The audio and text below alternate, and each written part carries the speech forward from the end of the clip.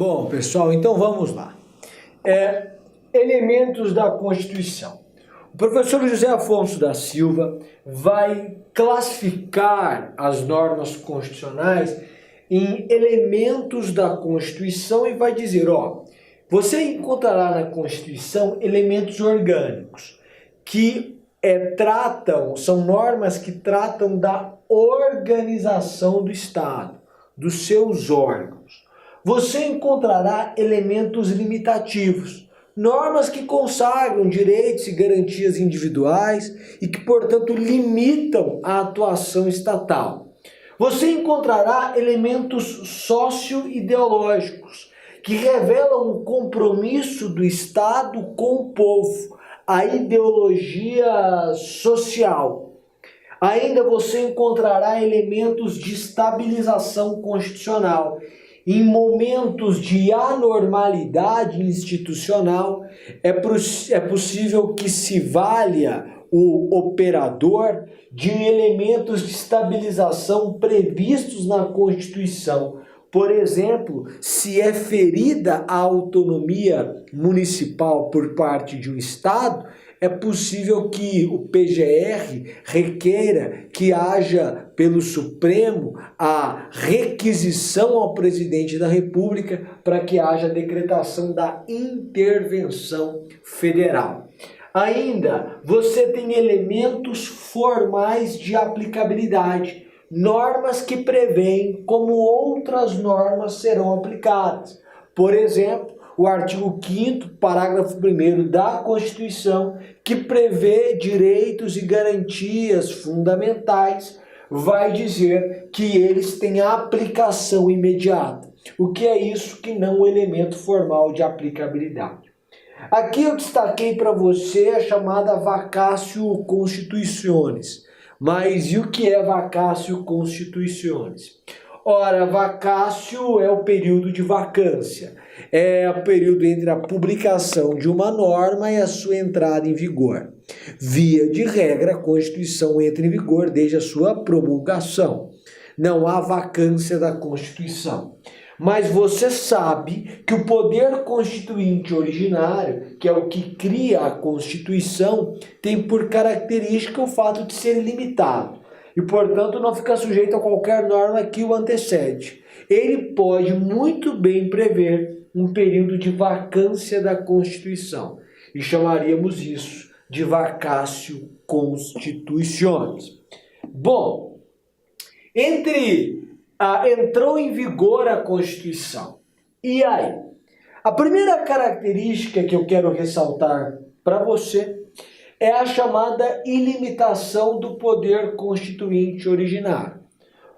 As normas originárias de uma Constituição, primeiro, não admitem controle de constitucionalidade, mas, em segundo lugar, não estão sujeitas a qualquer norma que a precedeu, ou que precedeu as novas normas da Constituição, normas originárias.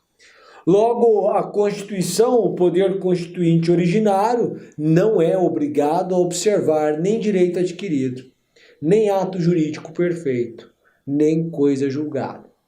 Isso significa que as normas da Constituição podem ser dotadas de retroatividade. Elas podem retroagir. O Supremo Tribunal Federal dirá que estas normas, via de regra, têm retroatividade mínima. Isso significa que elas alcançam os efeitos futuros de pactos celebrados no passado. Portanto, o pacto é válido se feito conforme a norma que existia à sua época, mas os efeitos futuros desse pacto, desse negócio, as prestações futuras ficam sujeitas à norma. Essa é a regra.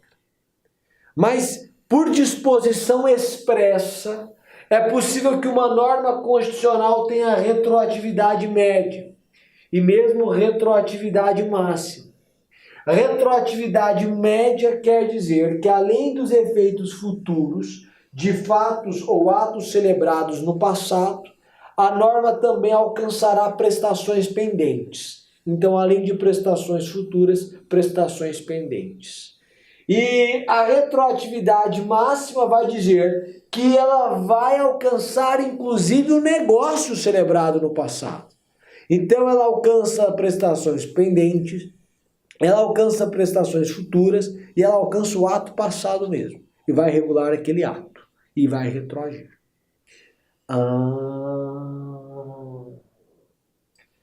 Via de regra tem retroatividade mínima, mas por disposição expressa pode ter retroatividade média ou máxima.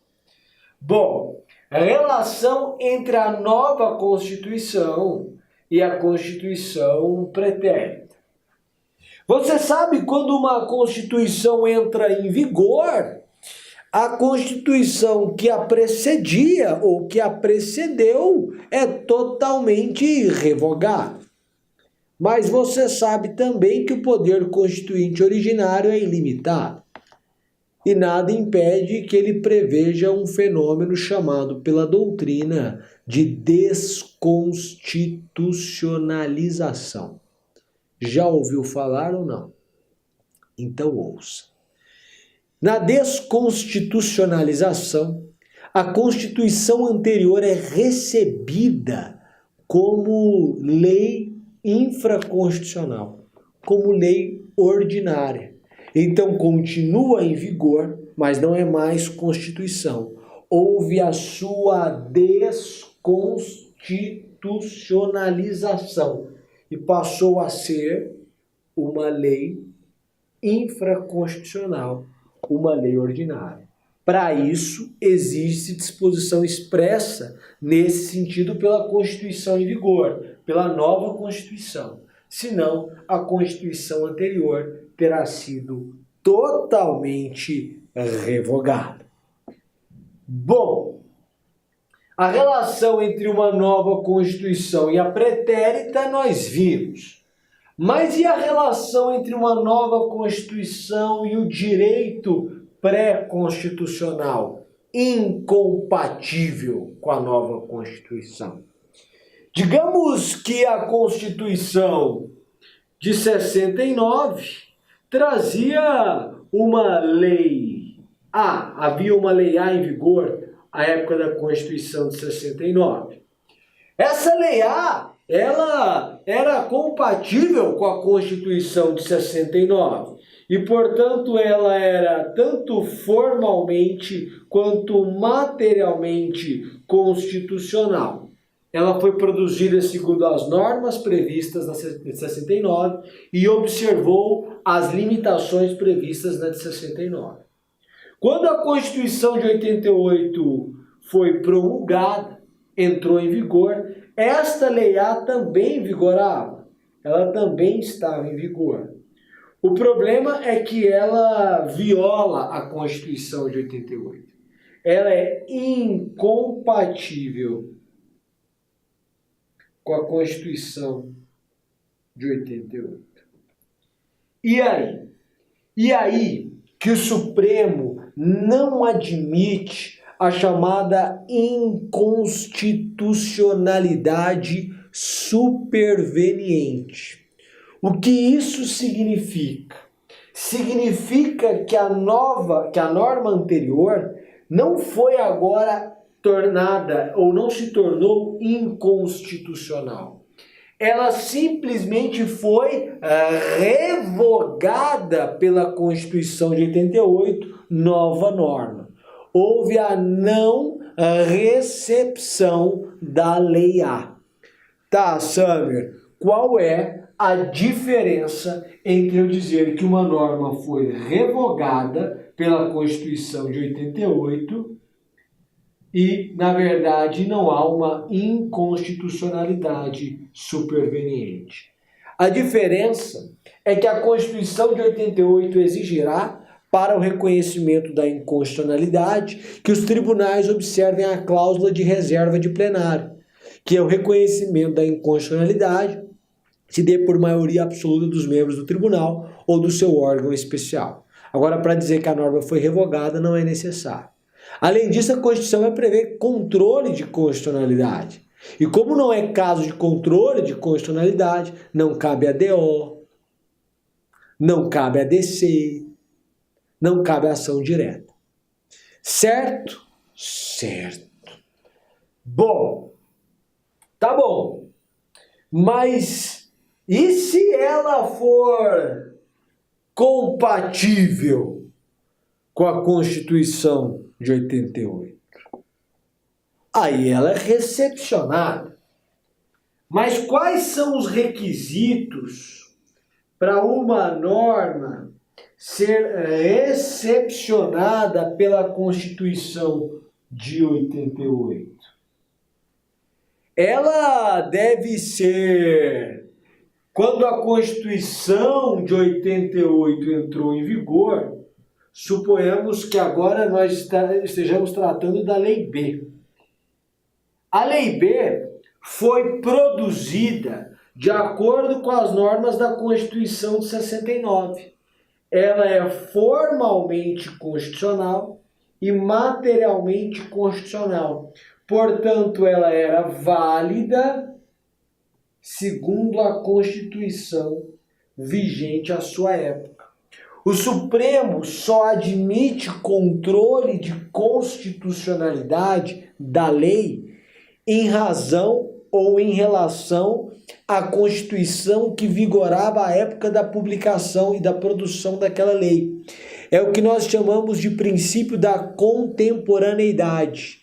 Não é possível que se analise a constitucionalidade de uma lei perante a Constituição atual. Aí não dá. Tá bom. Então, em face da Constituição anterior, ela é válida. Então, ótimo. Quando a Constituição nova entrou, ela estava em vigor. E, além disso, exige-se para que ela seja recepcionada, que ela seja materialmente compatível com a Constituição de 88. Materialmente compatível com a Constituição de 88. Quer dizer que, em face da Constituição atual, não é preciso compatibilidade formal. Summer, você pode me dar um exemplo? Posso, claro. O Código Tributário Nacional é uma lei ordinária, formalmente ordinária. Ele estava em vigor quando da entrada em vigor da Constituição de 88. A Constituição de 88 diz que normas gerais de direito tributário devem ser tratadas por meio de lei complementar. Ora, o CTN era válido, estava em vigor e é materialmente compatível com a Constituição de 88? Sim. Então ele foi recepcionado como lei complementar. Tanto é que para alterar a norma do CTN não pode ser lei ordinária. Apesar de ser lei formalmente ordinária, é lei materialmente complementar. E para sua alteração existe lei complementar. Certo? Certo. E se houver alteração de competência entre os entes federativos? A competência prevista na Constituição de 69 era uma competência da União. Agora passou a ser uma matéria de competência legislativa dos estados. E aí? E aí que não há problema. Para que não haja uma descontinuidade jurídica, a norma da União vai continuar regulando o tema até que os estados promulguem e publiquem as suas próprias leis. Certo? Certo. O inverso não é possível. Se antes a matéria era de competência estadual e agora é de competência federal, essa lei estadual não pode continuar em vigor enquanto não vier a lei federal, porque senão há uma balbúrdia no ordenamento. E aí fica revogado e aí a União tem que tratar do tema urgentemente.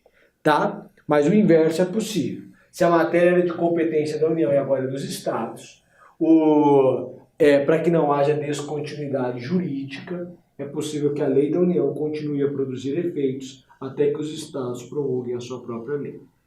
A recepção ainda pode ser parcial ou total. A lei pode ser totalmente recepcionada, pode ser totalmente não recepcionada, como a lei de imprensa, e pode ser parcialmente recepcionada. Alguns dispositivos foram recepcionados, outros não. E o que é repristinação automática? Repristinação é a volta da vigência da lei revogada pela revogação da lei revogadora. O exemplo é esclarecedor. Eu tenho a lei A, que foi revogada pela lei B. Ora, se uma lei C revoga a B, a lei A, que teria sido ou que tinha sido revogada pela lei B, volta a vigorar, a repristinação da lei A? Via de regra, não. Da mesma forma, a Constituição. Se eu tenho uma Constituição A, uma Constituição B e uma Constituição C, não pode a nova Constituição revogar a Constituição anterior e fazer repristinar a nova. Não pode, via de regra. Como o poder constituinte originário é ilimitado, ele pode até prever isso. Mas aqui a situação da repristinação automática que se discute é um pouco diferente. O que se diz aqui é o seguinte, e imagine você. Eu tenho uma lei A, certo? Certo. Esta lei A havia sido não recepcionada pela Constituição 1, ou revogada pela Constituição 1. Aí veio a Constituição 2. Essa Constituição 2 naturalmente revogou a Constituição 1. Ora, pela revogação da Constituição 1, pela Constituição 2, a lei A, que havia sido revogada pela Constituição 1, volta a vigorar, e a regra é que não. Via de regra, não. Por quê? Porque para uma lei ser recepcionada pela nova Constituição, ela precisa ser materialmente, formalmente compatível com a Constituição da sua época, digamos que era C0, ok? Ela era formalmente, materialmente compatível com a C0, tá bom. Mas é preciso que essa lei A seja compatível com a Constituição 2. Tá bom, ela é compatível com a Constituição 2. Mas é preciso que essa lei A esteja em vigor. Então, se ela não estava em vigor quando da Constituição 2, não é possível ou não ocorre a repristinação automática. É possível? É, desde que haja disposição expressa nesse sentido. Se houver disposição expressa, aí você tem a repristinação da lei A, mas não há uma repristinação automática. Bom, e se a lei estava em vacatio legis quando veio a nova Constituição? A lei foi promulgada na vigência da Constituição 1. Entre a promulgação... Então estamos na Constituição 1. Aí veio a lei. Deixa eu fazer de uma forma melhor, um esquema de uma maneira melhor, que você vai entender mais facilmente. Aqui nós temos a Constituição 1. Aqui nós temos a Constituição 2. Ainda sob vigência da Constituição 1, a Lei A foi publicada. Só que entre a data da sua publicação e sua entrada em vigor, aqui entrada em vigor,